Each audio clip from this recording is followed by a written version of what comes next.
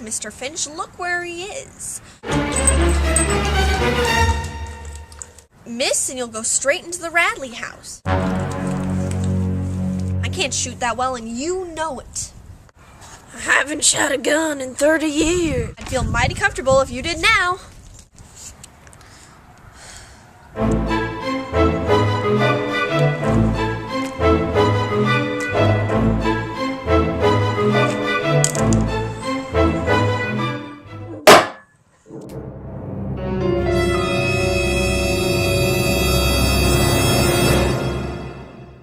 You were a little to the right, Mr. Finch. Always was. If I had my druthers, I'd have a shotgun. And all of a sudden, he just relaxed all over, and it looked like that gun was a part of him. And he did it so quick, like, I have to aim for 10 minutes before I can hit something.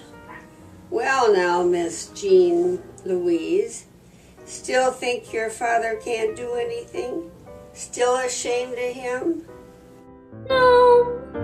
Forgot to tell you that the other day, that besides playing the Jews harp, Atticus Finch is the deadest shot in Macomb County in his time. Dead shot? That's what I said, Jim Finch. Guess you'll change your tune now.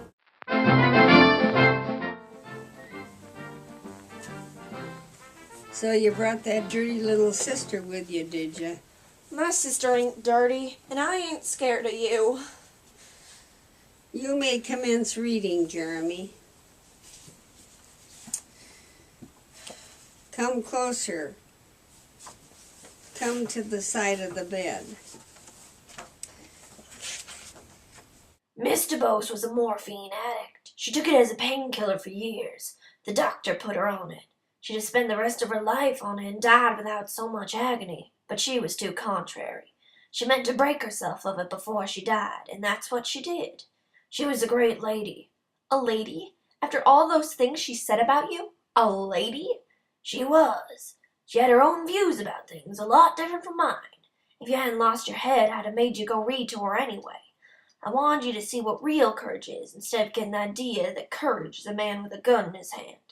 It's when you know you're licked before you begin, but you go on anyway, and you see it through, no matter what. You rarely win, but sometimes you do. She died beholden to nothing and nobody. She was the bravest person I ever knew.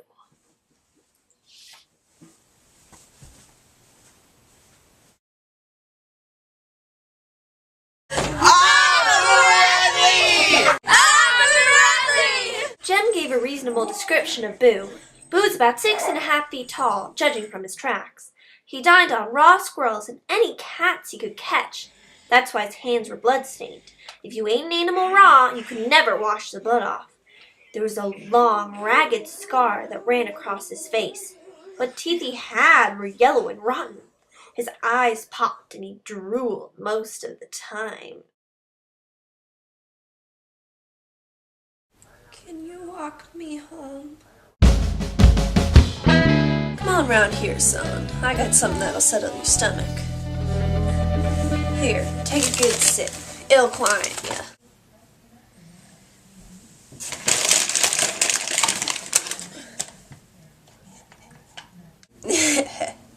Deal, you watch out now. Scout, it's nothing but Coca-Cola. You little folks won't tell on me now, will ya? It'd ruin my reputation. You mean all you drinking that Sax Coca-Cola? Yes, ma'am. That's all I drink most of the time. Then you just pretend you're half. I beg your pardon, sir. I didn't mean to be. Oh, yes. You mean why do I pretend? Well, it's very simple. Some folks don't like the way I live. Now, I could say to hell with them. I don't care if they don't like it. I do say I don't care if they don't like it. Right enough.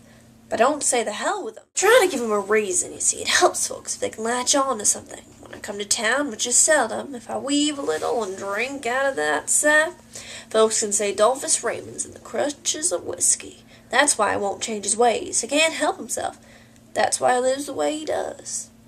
That ain't honest, Mr. Raymond.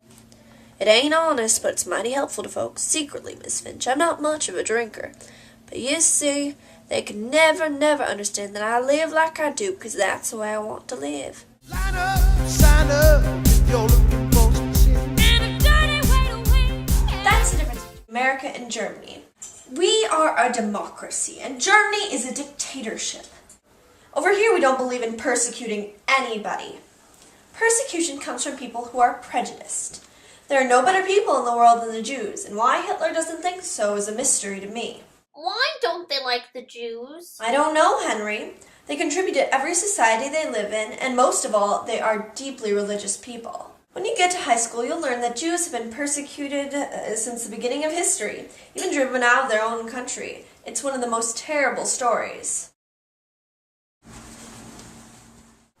It's time somebody taught them a lesson. The Negroes are getting way above themselves. Next thing you know, they'll think they can marry us. I couldn't agree with you more. Hypocrites, Miss Perkins, born hypocrites.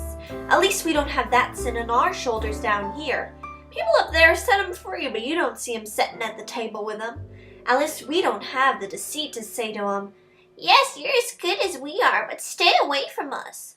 Down here, we just say, "You live your way and we'll live ours." I think that woman, that Miss Roosevelt's lost her mind, just plain lost her mind coming down to Birmingham and trying to sit with him. Look at that slimy, stupid girl walking by our house like she owns the place. Gosh.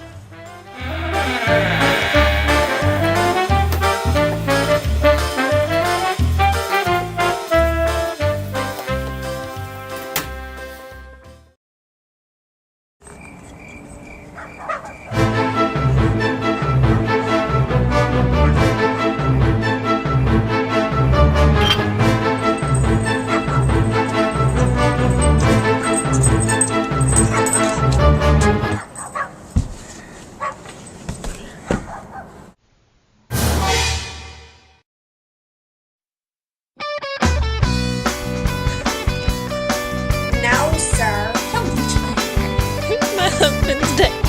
Oh, this is my